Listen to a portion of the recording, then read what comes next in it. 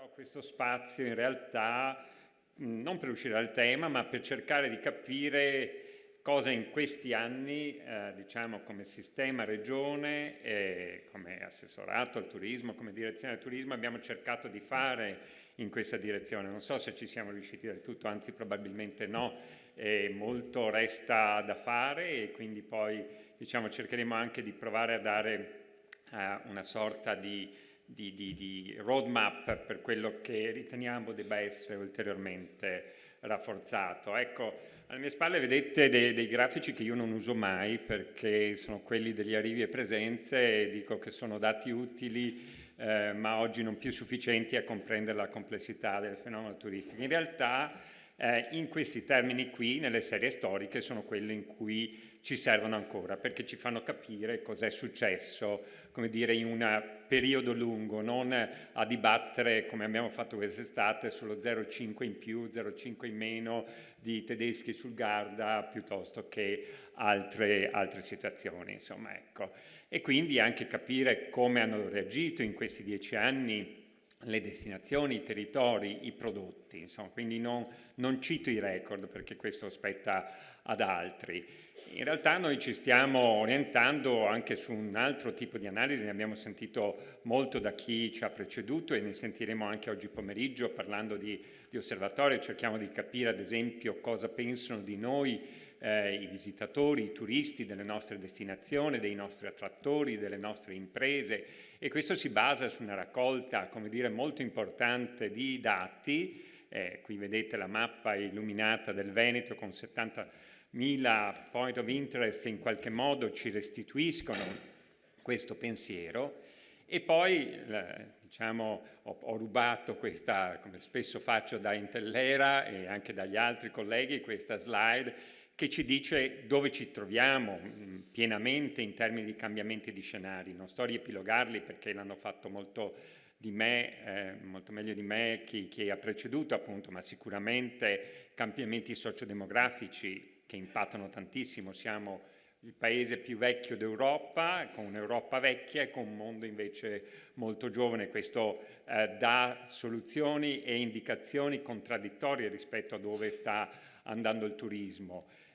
Di tecnologie si è parlato molto in modo illuminante e forse non si è parlato ancora abbastanza e spero che si torni su questo, sul tema della responsabilità nel turismo, della sostenibilità, come dire, in tutte le sue accezioni. Io dico sempre che fortunatamente le generazioni nuove ci porteranno in quella direzione. Il problema è che siamo ancora una piramide rovesciata dove quelli della mia età sono, ahimè, la maggioranza e i ragazzi come Lucia sono ancora la minoranza, ma dobbiamo andare in quella direzione, non nella nostra.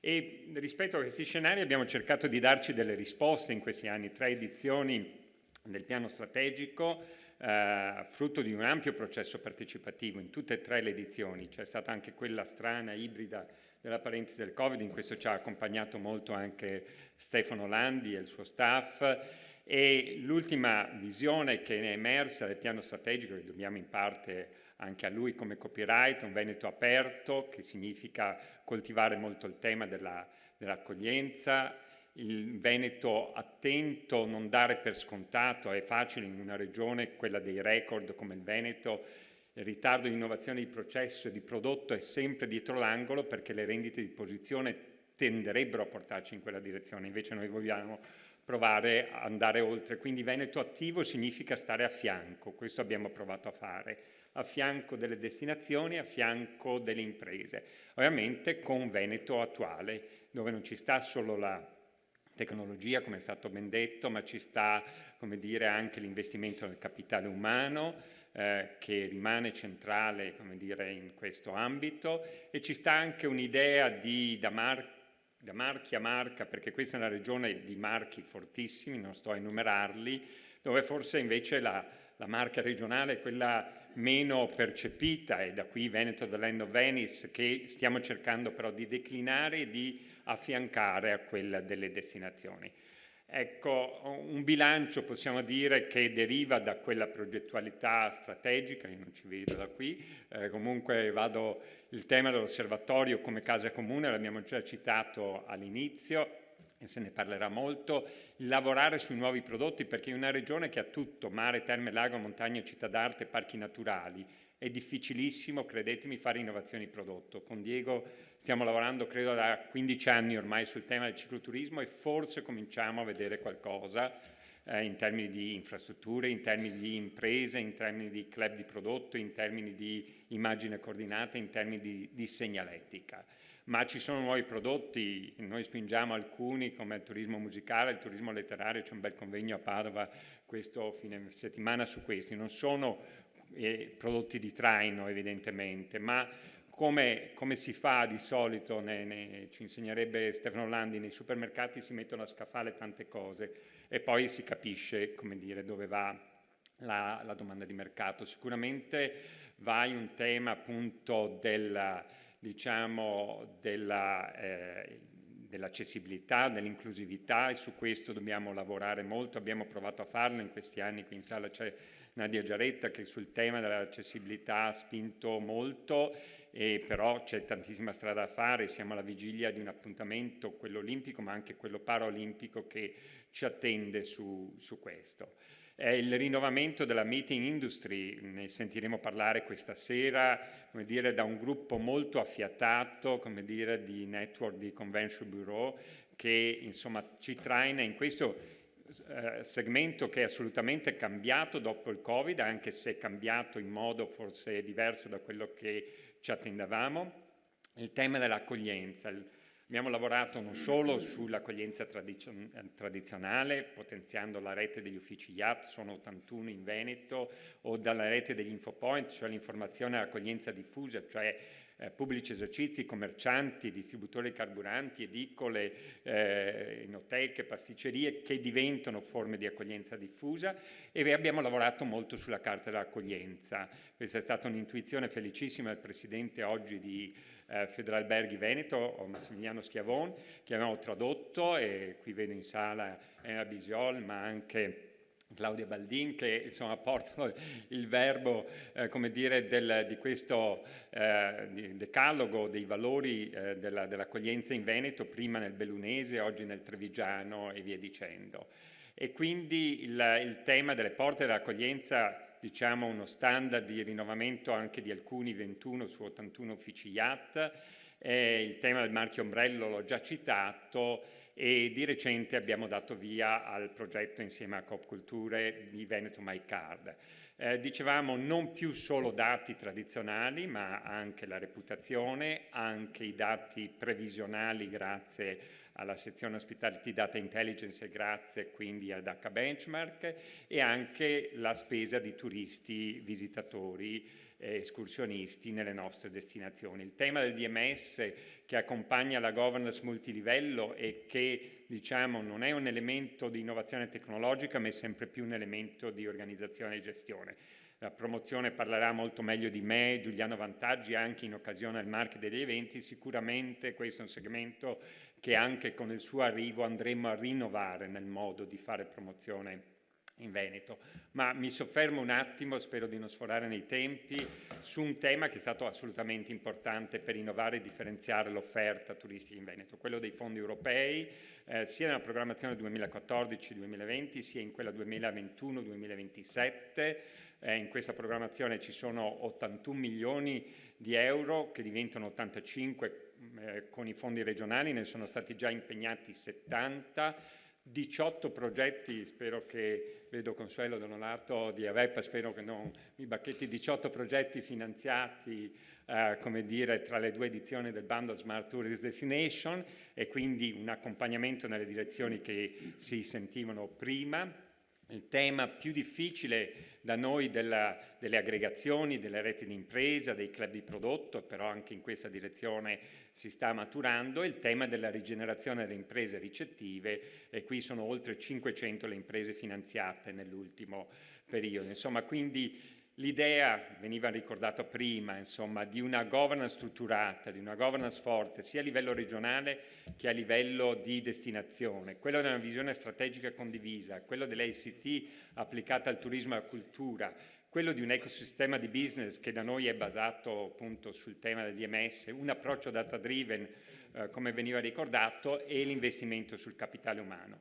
Quello che vogliamo provare a fare nei prossimi 6 mesi è diciamo passare un testimone alla nuova amministrazione con una sorta di legacy, perché è vero che il turismo veneto è cresciuto, ma non solo dal punto di vista quantitativo, speriamo anche da quello qualitativo, che si sta cercando, come dire, di rinnovare l'offerta, si sta cercando di rinnovare i prodotti, anche cammini, anche fluviale, anche turismo della memoria, e diciamo con una visione appunto che è condivisa. Quello che vogliamo provare a rafforzare nei prossimi mesi è il sistema delle destinazioni, il sistema di un'organizzazione multilivello per dire cosa fa la regione, cosa fanno le DMO di area vasta, cosa fanno i marchidari, i territori, l'accoglienza, diciamo, e quindi Rodolfo ha detto ormai la transizione digitale dovrebbe essere già accaduta, in realtà noi sappiamo che proprio da noi non è sempre così. Il tema della transizione verde si impone senza nessun più,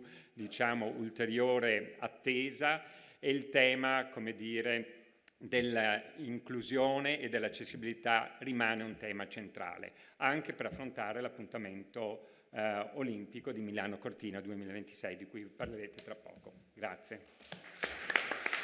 Grazie Stefano, grazie moltissimo. Ora lascio la parola a Diego Gallo. Ti devo lasciare anche questo. Prego Diego.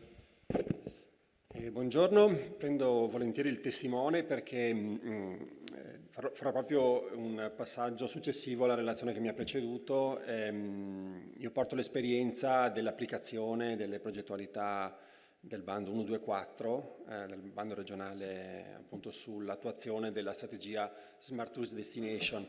È un banco di prova per molte destinazioni e quindi cercherò di portarvi alcune, diciamo, prime riflessioni e conclusioni condivise.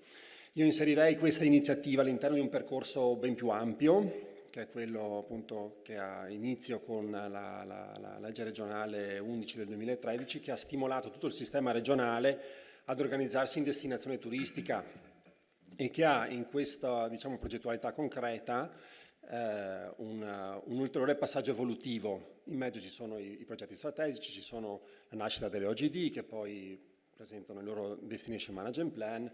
Ecco, un arco temporale lungo, lo possiamo vedere come un punto di forza del nostro sistema, se confrontato con altre regioni italiane. Se ci guardiamo dentro come sistema nostro regionale, è un percorso che, come dire, avrebbe bisogno sicuramente di un'accelerazione, di una maggiore convinzione verso appunto un'evoluzione del sistema turistico territoriale. Io penso che la relazione di Stefano Marchioro ha messo bene in luce cosa fa la direzione turismo, l'impegno della direzione turismo per accompagnare, attuare questo cambiamento verso appunto modelli di destinazione smart, contemporanei, attenti alla sostenibilità, del futuro, ecco.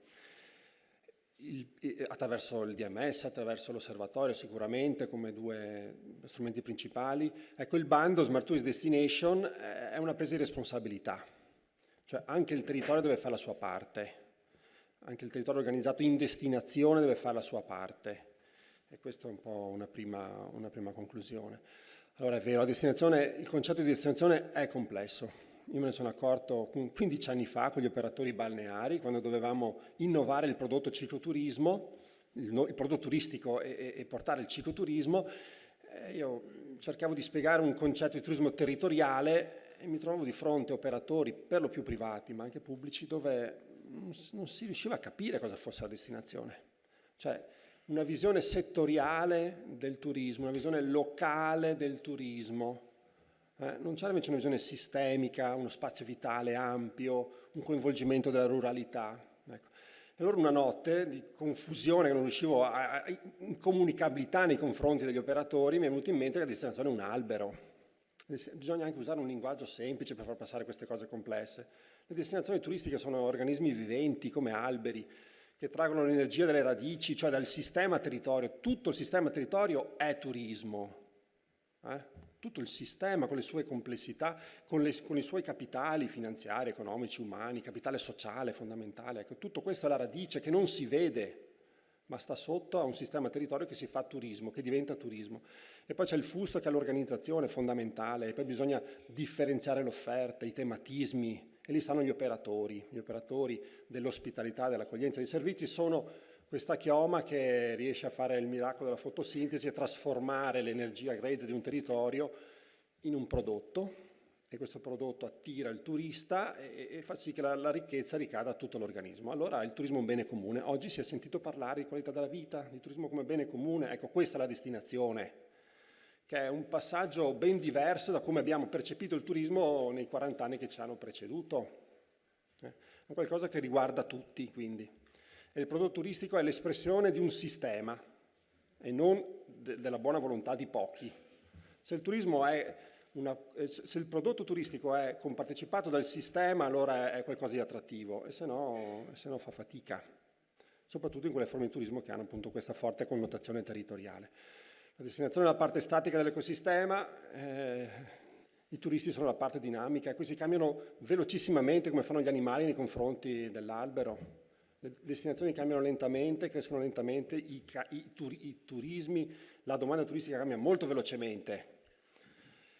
E poi dobbiamo cambiare, questo è quindi la prima chiusa la lezione di educazione naturalistica, passiamo a un altro concetto facile, che deve passare facile e non è complesso, che le organizzazioni turistiche non sono più le APT, non sono più le organizzazioni per la promozione, ma sono organizzazioni per il turismo, come ci insegnano i trentini, che hanno fatto un'evoluzione senza stravolgere i nomi, senza stravolgere niente, no? Cioè sono aziende per il turismo, dove il fare turismo vuol dire marketing, management, governance, e oggi comincia a risuonare questo nuovo concetto della stewardship. Prendersi sempre più cura della comunità locale e progettare assieme alla comunità locale. Bene, in un sistema competitivo le destinazioni sono i marchi anche. E allora possiamo guardare le destinazioni, un sistema competitivo come i marchi, e quindi management, tutto ciò che sta sotto, che non si vede, marketing, ciò che emerge, e l'attenzione al prodotto, è il prodotto che rende un territorio attrattivo, innovare il prodotto, ecco. Quindi ho provato a mettere un confronto tra il percorso delle Smart Tourist Destination, cioè i progetti delle Smart Tourist Destination in Veneto, con questo bel toolkit che abbiamo visto in quasi tutte le presentazioni. Non ci siamo messi d'accordo, ma vuol dire che è molto autorevole questo strumento, e faccio i complimenti a chi lo ha curato, ecco. Dove appunto si dice che bisogna attivare questo processo evolutivo, no? Da stage 1, 2, 3, e andare dal marketing verso lo stewardship, no? Questo ribaltare la piramide. Quindi uno stadio evolutivo che presuppone appunto un cambiamento. L'abbiamo già visto, quindi posso andare via veloce. Il progetto 1-2-4 quindi ha la sua fase, molti di voi sono coinvolti, siamo tutti coinvolti, ecco, alcuni hanno già chiuso una fase 1 e altri saranno impegnati a farlo. L'impegno della fase 1 è quello di elaborare un piano esecutivo e di integrare il DMS. Questo avrà degli impatti nel sistema della destinazione, nel senso che se fatta con coscienza e con consapevolezza, un piano esecutivo non è altro che un'evoluzione della pianificazione strategica verso il destination management, verso gli approcci Smart Tourist Destination. E c'è la possibilità di attuare una governance multilivello, sentirsi parte, che il territorio fa parte di un sistema regionale con il cui trarre sinergia e potenziare lo strumento dell'osservatorio turistico attraverso delle dashboard locali che dialogano e sono complementari con quella appunto regionale. Poi c'è una forte attività digitale, immateriale, non la cito, ma insomma questa avrà sicuramente delle ricadute in termini di accessibilità, di connessione delle aziende in termini di ricettività. Attenzione che anche qui ci sta cambiando, il mondo dell'ospitalità sta cambiando sotto i nostri occhi, da un'ospitalità alberghiera organizzata con associazioni, con dei riferimenti chiari. Il Veneto dell'ospitalità si sta frazionando in tantissimi operatori piccoli. Anche qui c'è il rischio che andiamo verso un processo di isolamento e non di coordinazione, di sentirsi parte di un sistema. Lo percepisco come una debolezza questa. Innovazione di prodotto, sia in termini di esperienza che in termini di distribuzione e commercializzazione. C'è la possibilità di integrare strumenti per la gestione dei flussi e andare verso dati per la sostenibilità e la resilienza. Poi c'è una parte di attività materiale, di possibilità di fare degli acquisti, quindi un'attività materiale del turismo, e investimenti in capitale umano, importantissimo. Quindi le ricadute anche in questo caso, gli impatti sono sull'accessibilità, la connessione, sul prodotto e sul capitale umano. Ultimo aspetto, quindi investire nel capitale umano. Queste cose non le fanno le macchine, le fanno le persone. Destinazioni senza capitale umano non sono destinazioni, questo è un fondamentale. Se facciamo impresa ci sono i fondamentali, li abbiamo chiarissimi tutti, sappiamo tutti cosa vuol dire fare competitività per un'impresa. Ecco, la stessa cosa dobbiamo portare nella destinazione, un approccio imprenditoriale al fare turismo, e questo aspetto è imprescindibile con il capitale umano. Quindi le conclusioni di questa prima esperienza è che dobbiamo sentirci parte di un sistema regionale e uscire dall'individualismo. Dobbiamo sentirci parte di un processo di evoluzione europeo, un processo di evoluzione turistica europeo, e uscire dal localismo. Noi veneti tendiamo a chiuderci in sistemi locali, uscire anche con l'orgoglio del sistema veneto, l'orgoglio di poter essere i primi della classe, ma non solo prima regione turistica d'Italia per capacità ricettiva o per numeri quantitativi, ma per capacità di fare innovazione, e quindi uscire da una logica mass market nel vedere questo fenomeno complesso che è il turismo. Grazie. Grazie. Grazie Diego, ho segnato questa relazione bene comune che hai voluto sottolineare come tipo di approccio, perché penso che sia molto importante. Ora con Stefano Landi di SLA Turismo e Territorio e con Carlotta Ferrari, direttrice della Fondazione Destination Florence, io vorrei usare il tempo che abbiamo per fare qualche considerazione, qualche approfondimento e se possibile raccontarci anche rispetto alle esperienze che avete sul campo. Stefano segue da molto tempo diversi progetti e Carlotta sta in una città di non poco conto a fare un mestiere molto rilevante, quindi io vorrei che ci aiutaste a portare un contributo a partire da voi. Grazie, buongiorno a tutte e a tutti. Chi prende un treno la mattina ha la grande fortuna di leggere tante cose. Io saluto, al di là delle tante altre belle cose successe oggi, ne saluto in particolare una. Il premio Nobel a 3 economisti che hanno studiato il rapporto tra innovazione e benessere delle persone e progresso delle società e dell'economia, dicendo che questo rapporto esiste e quindi l'innovazione che noi vediamo magari sul puntuale che dà un sacco di soldi a qualche tycoon, in realtà nel medio-lungo periodo, ed è il periodo a cui io applico la mia visione e come ha fatto prima Rodolfo Baggio, è un'innovazione positiva. Teniamolo per buono, teniamocelo in tasca, vediamo come questo riesce a concretizzarsi. Perché volevo segnalarvi un altro passaggio fondamentale. Probabilmente qualche pensatore dice che siamo arrivati a un punto di flesso, stiamo chiudendo un millennio fatto in un certo modo e se ne sta aprendo un altro. Ma noi dentro questo punto di flesso ci stiamo, con tutte le scarpe, come si dice a Roma. E mi piace citare a voi alcune delle onde di medio-lungo periodo che forse non sempre, stando sul pezzo dei dati, si riescono a percepire. Tenete presente che adesso piace usare questo termine, la granularità temporale, vuol dire la frequenza con cui escono le informazioni. Allora, ci sono informazioni che devono essere comunicate minuto per minuto, secondo per secondo, chiaramente le informazioni di borsa e così via. Alcune hanno una cadenza quotidiana, tutti i soggetti di cui parliamo noi qui e destinazioni non hanno questa frequenza, hanno una granularità molto più dispersa, se va fatta bene ci sono dati annuali in alcuni casi. Lo dico perché alcune delle onde di medio-lungo periodo talvolta non si percepiscono stando attenti al quotidiano. Ne cito alcune. La tendenza al lusso, la tendenza all'outdoor, la destrutturazione dei processi produttivi, la crescita dei noleggi e delle professioni connesse, la terziarizzazione di tutte le imprese e l'emersione di una serie di fenomeni che non erano prima emersi. Che cosa sta succedendo praticamente? Che c'è una nuova, lo dico anche perché in relazione al tema del lavoro, che è un tema caldissimo soprattutto in Regione Veneto, c'è una nuova classe di lavoratori prima non visti La fondamentale, pensate che guide e accompagnatori turistici, leggi o non leggi da una parte o da un'altra, però sono una delle categorie che l'Istat registra come di massima crescita.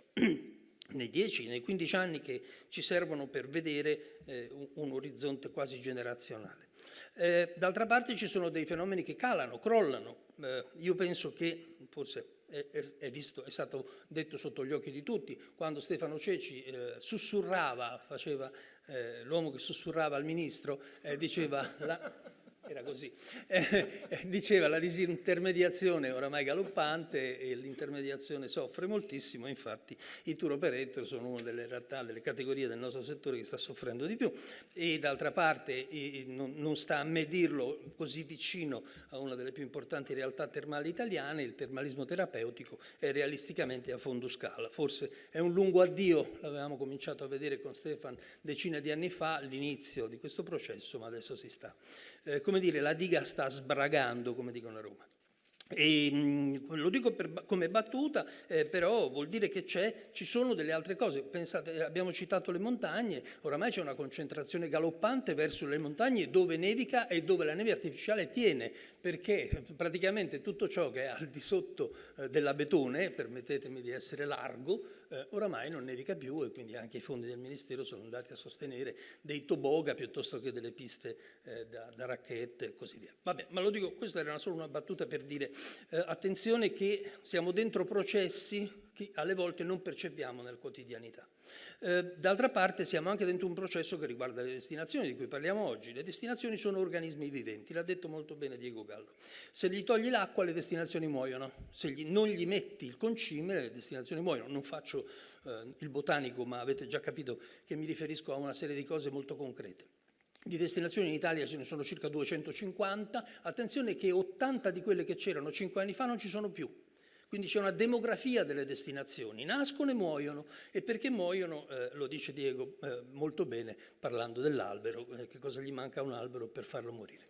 E poi dopo, però continuo così, il tema fondamentale di oggi è la destinazione intelligente, che è una cosa a tendere che noi tutti vorremmo. Secondo me l'ha detta molto bene Rodolfo, è intelligente se è integrata, cioè se alla teoria, tanta di quella teoria che stiamo anche vedendo e sistematizzando oggi, se dopo aver fatto i quiz della patente, poi dopo chi si mette alla guida c'ha anche la pratica, perché il problema serio di moltissime delle nostre destinazioni è di avere buoni o cattivi che siano i dati, buoni o cattivi che siano i progetti, e poi non portarli avanti. Ad esempio fissandosi su una di quelle cose che a me vanno un pochino, mi mandano un pochino fuori scala, fissandosi su un concetto di competizione pensata come un risico, cioè è una specie, gli economisti direbbero beggar my neighbor, rubamazzo, io devo togliere i turisti agli altri. Io penso che noi siamo di fronte a una domanda potenzialmente infinita di turismo nel mondo, dopodiché se noi non sappiamo gestirla o se non sappiamo contattarla e anche regimarla in alcuni casi è un problema nostro. Non possiamo pensare che la competitività è fatta solo, come citava prima Lucia, di competitive set, è anche fatta di consideration set, è come noi riusciamo a entrare in contatto o non riusciamo a entrare in contatto con il compratore, l'acquirente, il turista potenziale. E d'altra parte la competizione non è uccidere il nostro concorrente in questo caso, è fare, e lo dico e lo ridico alla fine, fare qualità della vita della nostra popolazione, perché poi dopo se abbiamo ucciso il concorrente e ci ritroviamo le lotte intestine non abbiamo fatto nessun passo in avanti. Allora, questa consideration set di che cosa è fatto? Alcune visioni storiche le abbiamo già condivise, da andare dove, andare per che cosa. Come è fatto il meccanismo della scelta? Parte dai vincoli, gli vincoli che ci danno gli altri, parte dalla cultura, cioè dal sé, dall'insieme dei nostri modi di vita, dall'insieme dei modi di vita di tutti i cittadini del mondo. Ed è fatta di affinità, di variazione, di alterità, sono tante le modalità per cui si può arrivare alla nostra destinazione e sta a noi evidentemente metterle in luce, come dire, far rilevare le nostre qualità a fronte dei desideri o dei desiderata o dei piaceri degli altri. Da questo punto di vista io sono convinto, e la grande maggioranza delle destinazioni che noi conosciamo ci dicono questo, che da una parte c'è una frangia alta di grande variabilità, ma d'altra parte c'è un'onda lunga di ripetizione, perché la fama, la brand awareness, chiamiamola come vogliamo, non è fatta di schizzi, è fatta di onde lunghe, e questo è un elemento fondamentale, per cui noi costruiamo sempre, partiamo ogni anno a base zero, per carità, col nostro bilancio, ma costruiamo sempre su un colosso di informazione che il nostro mercato può avere o non avere, e che, tanto per stare al caso che non citerò oggi di Napoli, di cui mi sto occupando, è un colosso di informazione che ha cambiato segno in modo radicale, per effetto di tutta una serie di cose che col marketing turistico non c'entrano un tubo, niente. Assolutamente niente, e nessun merito si può assumere il marketing turistico da questo punto di vista. Semmai il fatto che ci sono 300 produzioni video, audio, filmiche, culturali di rilevanza almeno nazionale che si svolgono a Napoli è una di quelle robe che, santa miseria, vuol dire che se ne parla costantemente in senso positivo. Il segno, nessuno ce lo dà ancora questo segno, ma io ce l'ho in casa, ce l'ho con tutti gli amici dei miei figli che fortunatamente hanno l'età giusta. Il segno è che mentre prima l'obiettivo di tutti i ragazzi italiani era Milano, adesso non lo è più. Comincia a essere un pochino Napoli per 1000 motivi. Ho finito. Teniamo presente e ricordiamoci che nel nostro mercato esistono degli acquisti completamente differenziati. Se noi non ci poniamo il problema di che cosa compra chi ci sta comprando, non capiamo che ci sono gli acquisti di investimento, ad esempio i repeaters, quelli che si sono legati a una destinazione, che ci tornano e ci torneranno sempre, che la lasciano in eredità ai loro figli, e ci sono degli acquisti raptus. Allora, anche quando ci muoviamo goffamente spesso nel mondo della comunicazione, pensiamo sempre solo a una comunicazione raptus, è l'ultima cosa, l'ultima moda. Da questo punto di vista tutti noi, tutte le cose che facciamo e tutti i nostri ospiti e interlocutori vivono, se quando se lo possono permettere, sia chiaro, una costante ibridazione tra generi di investimento, generi raptus, e generi, come si dice, insomma, economici di primo prezzo e generi di lusso, costante ibridazione. E questa è una cosa che ce la ritroviamo dappertutto. Ce la ritroviamo per quanto riguarda noi, quando pensiamo che la competizione di prezzo giorno dopo giorno sia un pezzo del risico per cui togliamo un ospite al nostro vicino, può darsi che non succeda così. Il mio ortolano sabato mattina mi ha dato una lezione di vita e mi ha costretto a comprare 1 chilo di fagiolini, dicendo: quando costavano 6 euro li volevano tutti, non facevo in tempo a mettere sulla cassetta, adesso costano 3 euro, non li vuole nessuno. E a quel punto gli ho detto: dammi 1 chilo di fagiolini. Attenzione alle mode. L'ultimo dato che ho letto era questo qua, ieri. Nel 2015 il 70% dei turisti ha pianificato viaggi solo per fotografare o spinti da TikTok. Una baggianata così non l'avevo mai sentita.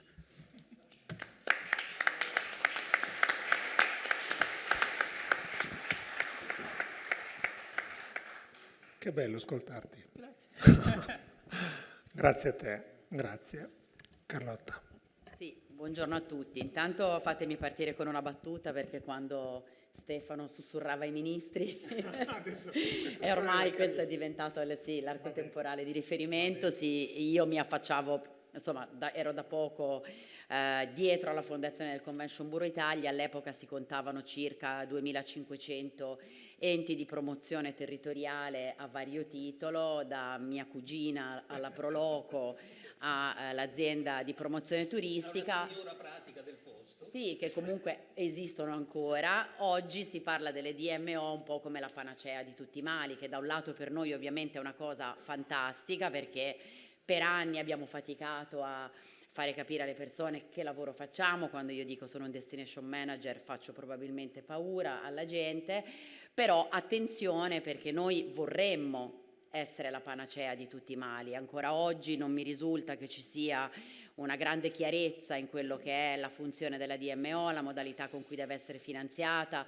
la governance, è tutto troppo lasciato all'organizzazione dei territori. Non tutte le regioni sono uguali, non tutte le regioni sono il Veneto, e quindi approfitto anche per farvi i complimenti, ringraziarvi per l'invito e farvi i complimenti, perché quello che emerge con chiarezza è che qua c'è molta chiarezza rispetto a quelli che sono i ruoli, le funzioni di ciascun livello istituzionale, amministrativo. Non è così affatto in tutta Italia, quindi anche riprendendo le parole del professor Baggio, a noi piacerebbe poter migliorare la vita dei residenti, probabilmente noi abbiamo anche molto ben chiaro come la potremo migliorare, quali sono gli strumenti che dovrebbero utilizzare i nostri sindaci e le nostre sindache per cercare di migliorare la governance dei flussi turistici, ma poi di fatto nel concreto non tutti abbiamo il potere di influenzare i nostri sindaci, e vorrei anche aggiungere che molto spesso i sindaci stessi non hanno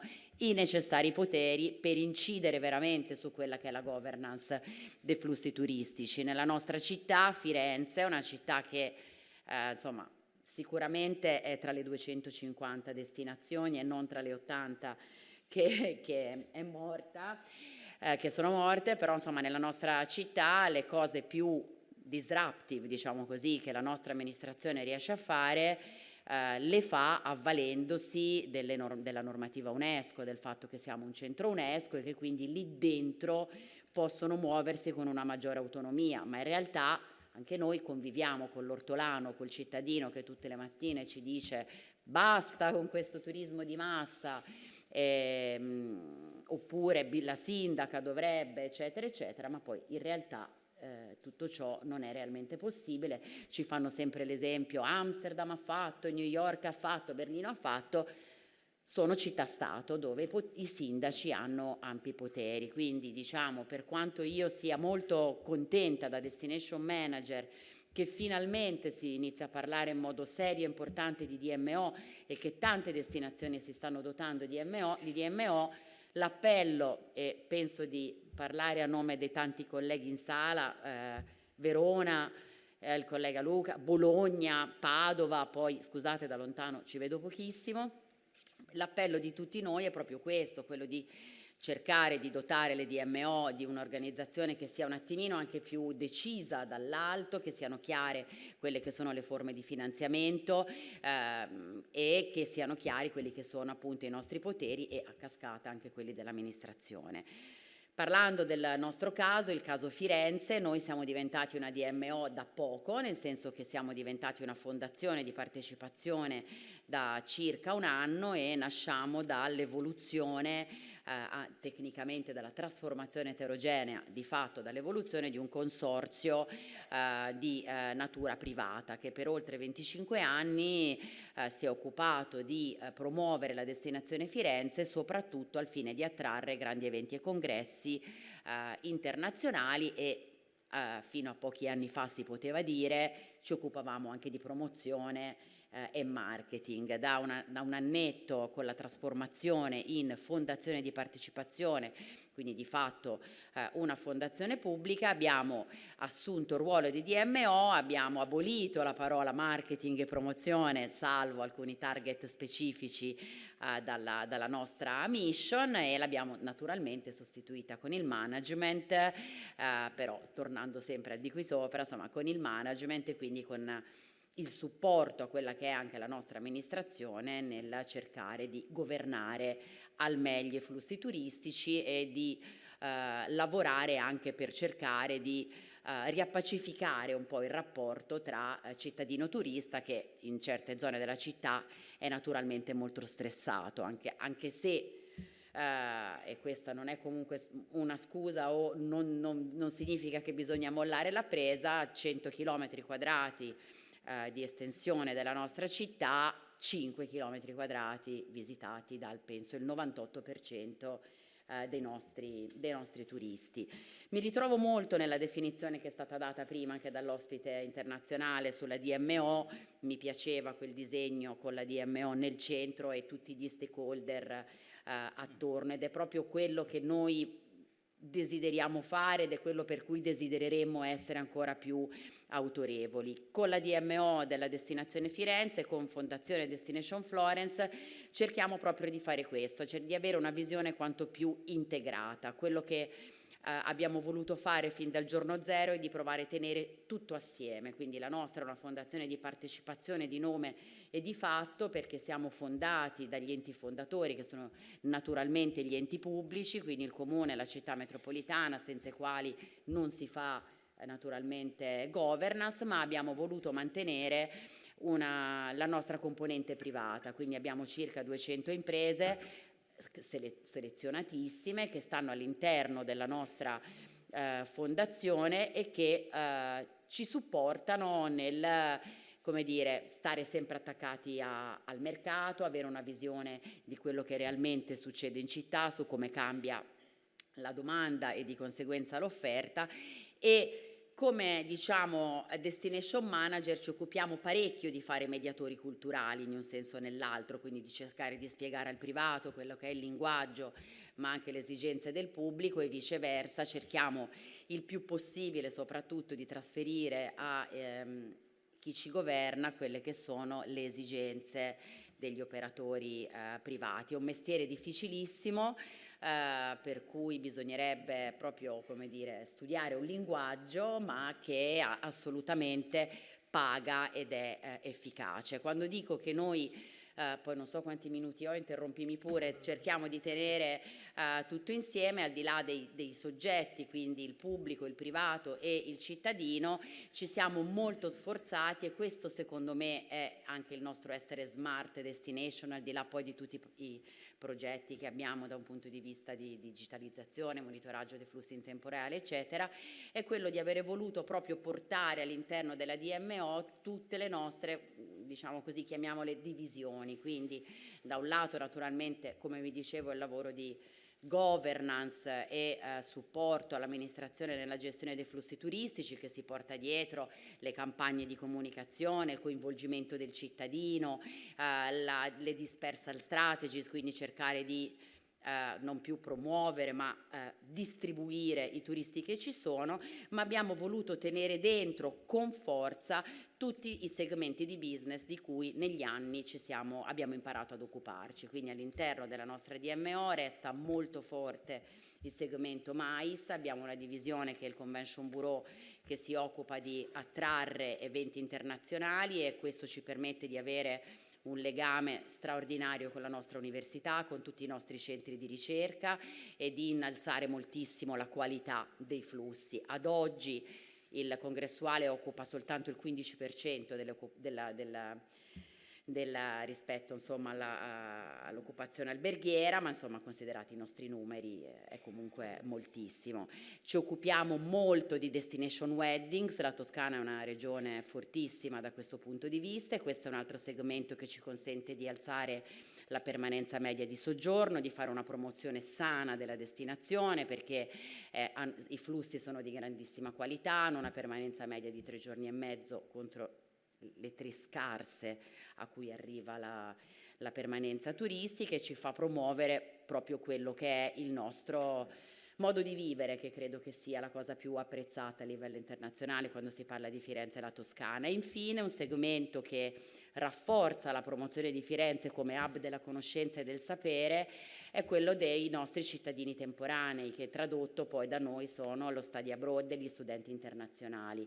Firenze ospita oltre 3 milioni e mezzo di presenze l'anno solo di studenti internazionali, perché vengono per un trimestre, abbiamo 45 università solo di università americane, più tutta l'alta formazione, gli Erasmus, eccetera, eccetera. Anche questa è una vera e propria comunità che ha bisogno di essere accolta e necessariamente integrata con la nostra, e quindi lì di nuovo scatta il nostro essere, diciamo, mediatori culturali e cercare di mettere a terra progetti e attività che facciano sentire questi ragazzi il più fiorentini possibile e soprattutto, insomma, evitino che vi siano dei cluster o dei gruppi molto chiusi in città, molto spesso anche mal giudicati dal fiorentino stesso, anche se poi è tutta una questione di narrazione, perché poi gli americani sono come in tutti i grandi gruppi ci saranno quelli i pochi stupidi, insomma gli altri che vengono comunque a studiare investono moltissimi soldi e tempo ed energie per venire a studiare nel nostro paese. Quindi insomma, per chiudere, la nostra attività integrata è proprio questa, cioè cercare di, attraverso i nostri progetti, di fare una narrazione della destinazione differente, rivolgerci il meno possibile all'attrazione di nuovi flussi e nuovi turisti individuali, ma cercare di consolidare i target che ci interessano, che sono quelli che vi ho citato, e di base cercare di essere sempre di più e sempre meglio appunto i mediatori tra le istituzioni, il turista e soprattutto il nostro cittadino che insomma con difficoltà talvolta convive con il turista, in particolare il turista internazionale. Grazie Carlotta, grazie davvero.